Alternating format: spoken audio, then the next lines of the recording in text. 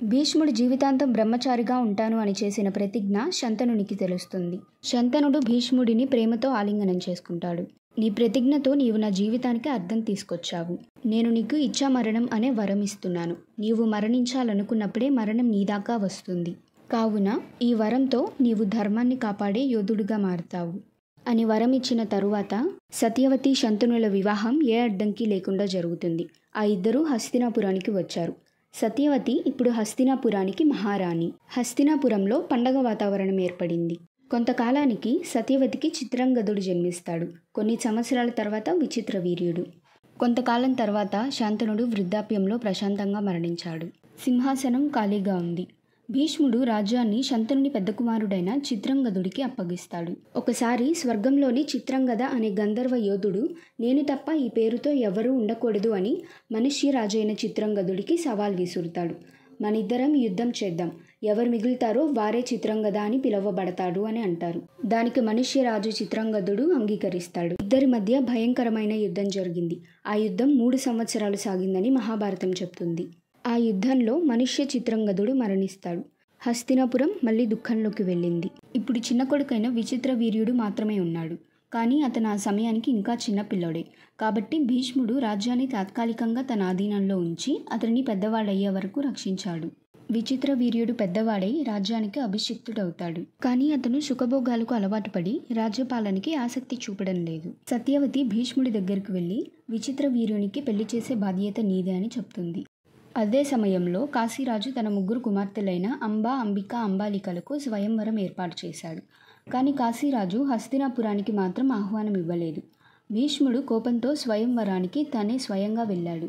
ఈ 3 రాజకుమార్తెలను హస్తినాపుర రాజైన విచిత్రవీర్యునికిచ్చి వివాహం చేయాలనుకుంటున్నాను అని చెప్పి అక్కడ ఉన్న రాజులందరితో యుద్ధం చేసి ఆ 3 రాజకుమార్తెలను హస్తినాపురానికి తీసుకువెళ్తాడు. రాజ్యానికి వెళ్ళగానే అంబ, నేను శాల్వ మహారాజుని ఇష్టపడ్డాను. స్వయంవరంలో అతన్నే ఎంచుకోవాలి అనుకున్నాను. ఇప్పుడు నేను ఈ వివాహం చేసుకోలేను అని చెప్తుంది. అప్పుడు భీష్ముడు, నేను పొరపాటు చేశాను. మీరు శాల్వ మహారాజునే వివాహం చేసుకోండి అని అంబని గౌరవంగా పంపిస్తాడు.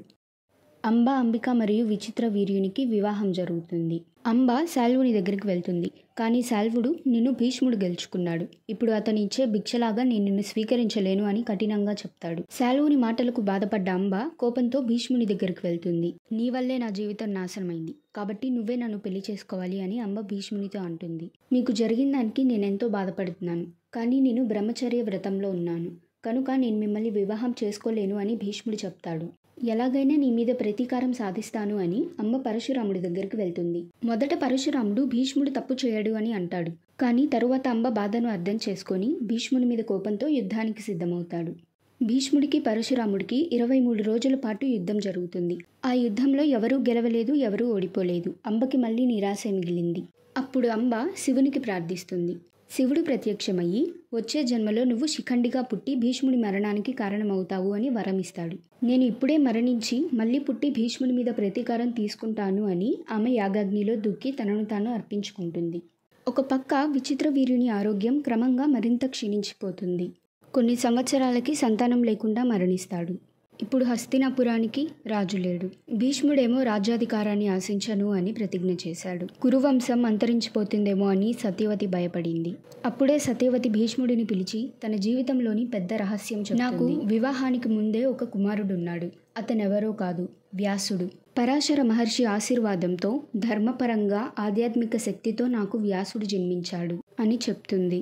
ఆ తర్వాత ఏం జరిగిందో నెక్స్ట్ ఎపిసోడ్లో చూద్దాం. ఈ వీడియో మీకు నచ్చితే సబ్స్క్రైబ్ చేసి సపోర్ట్ చేయండి.